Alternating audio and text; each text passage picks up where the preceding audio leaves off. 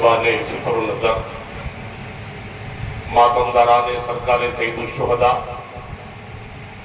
مہمان و غیر مہمان عزادار، میرا یہ شعار نہیں ہے کہ میں آدھے گھنٹے یا اس سے اوپر تقریر کروں۔ آج چونکہ چپ تازی کے تعارف کا مسئلہ ہے اور چند لہجے برداشت کر لیجیے تاکہ آپ کو بھی زیادہ زحمت نہ ہو، اور میں ہمارا جو گہوارے علم و ادب سے آئی ہے، ماشاءاللہ کیا عمدہ ایک لوحہ پڑھا، وہ لہن، وہ لہجہ، وہ انداز، وہ ادب۔ دیکھیے حضرات، آج یکم ربیع الاول تھی، آج کی وہ بھیانک رات ہے جب 11ویں امام کو زہر دیا۔